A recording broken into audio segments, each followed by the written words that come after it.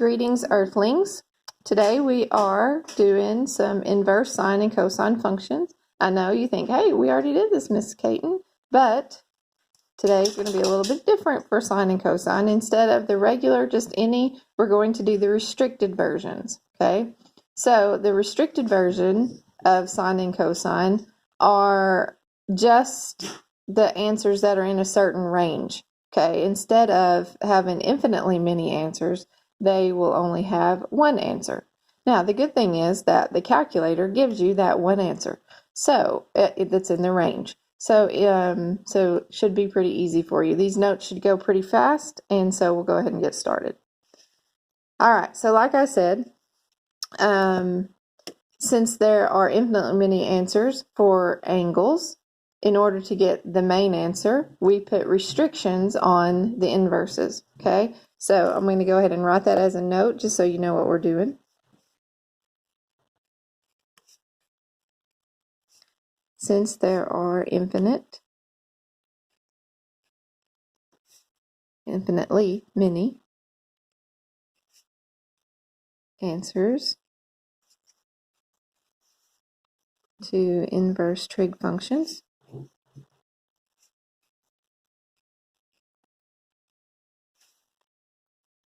we put restrictions on them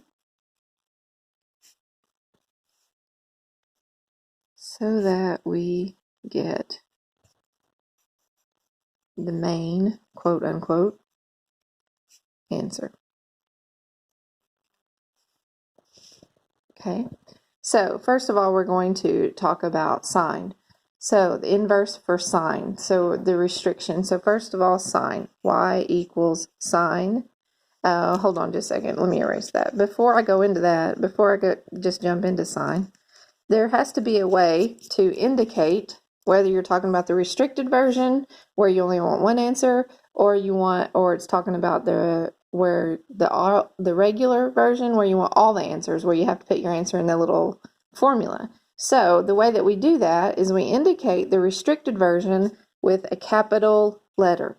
So we indicate the restricted version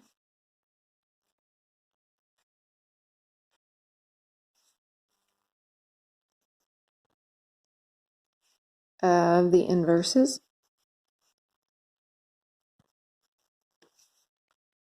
by using capitals or uppercase. If you are used to using that, you can say uppercase instead of capitals. So for example, the non-restricted would look like this: y equals arc sine x with a lowercase a, and the restricted would be y equals arc sine x with the uppercase a. Or if you're writing it the other way, sine negative 1x with a lowercase s, sine negative 1x with the uppercase. Okay, so uppercase indicates restricted version where you're only going to get one answer. Lowercase indicates regular version where you put it in this formula. Okay, all right, so let's get into sine now. So let's look at sine. So y equals sine negative 1x, or you use arc, either one of those. So what is the restricted version for sine? So the restricted version is, or the restrictions are from negative pi over 2. So if you look at your unit circle up here, positive pi over 2 is at 90 degrees. Okay, so if I go counterclockwise or in the positive direction, to that would be positive pi over 2. So if I go negative direction, that's going to be negative pi over 2. So negative pi over 2 is down here. Okay, so but if it falls in this range, you're going to want to make these angles that are in quadrant 4 negative, because the restrictions are negative pi over 2, not 3 pi over 2. So they don't want the positive. If it's in quadrant 4, we're going to have to make it negative. So negative pi over 2 to positive pi over 2. So we write that like this. Negative pi over 2 less than or equal to y less than or equal to positive pi over 2. So basically it looks like this on the graph.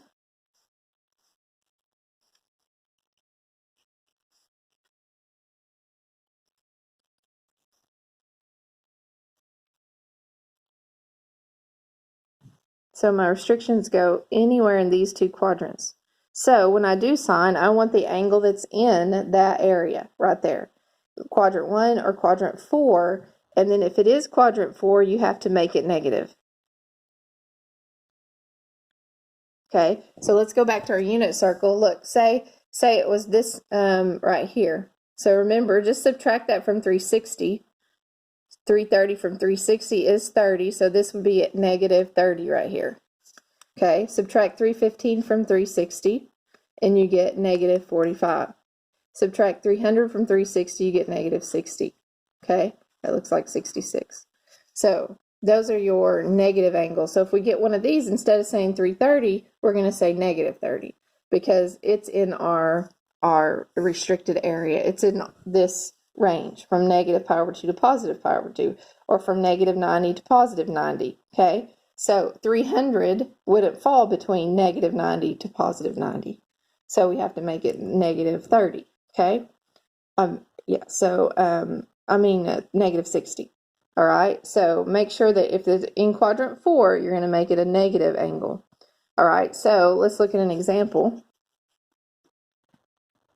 Y equals sine negative 1 of negative square root of 2 over 2.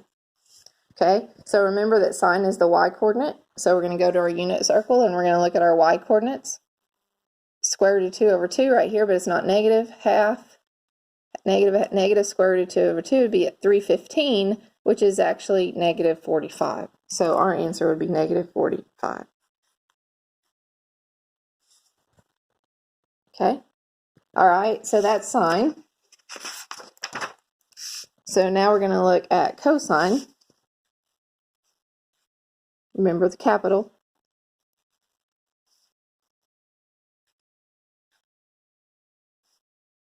Oops.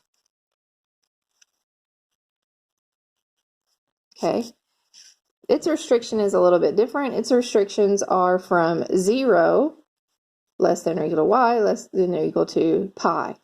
Okay, so look up here at our unit circle. So it goes from 0 to pi. We don't have to change anything. They're both positive. They're both all in the positive quadrants of quadrant 1 and 2. So nothing changes there. Whatever we get is what we get. All right, so go back to our graph here. So let's draw what it looks like on the graph.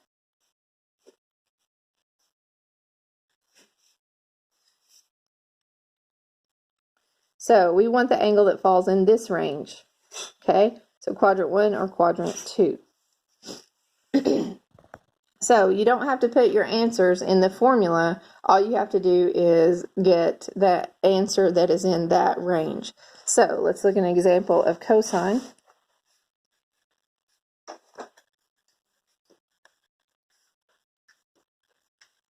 Okay, so if we use the unit circle up here, remember cosine is the x-coordinate, so we're going to look at the x-coordinates. We're going to find the x-coordinate that is square root of 3 over 2. That's only in this range. Okay, so right here, x-coordinate square root of 3 over 2, my answer would be 30.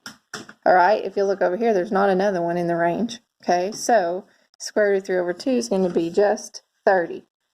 Just one answer. We wouldn't have to put it in the formula. Okay, so that is the restricted versions for sine and cosine.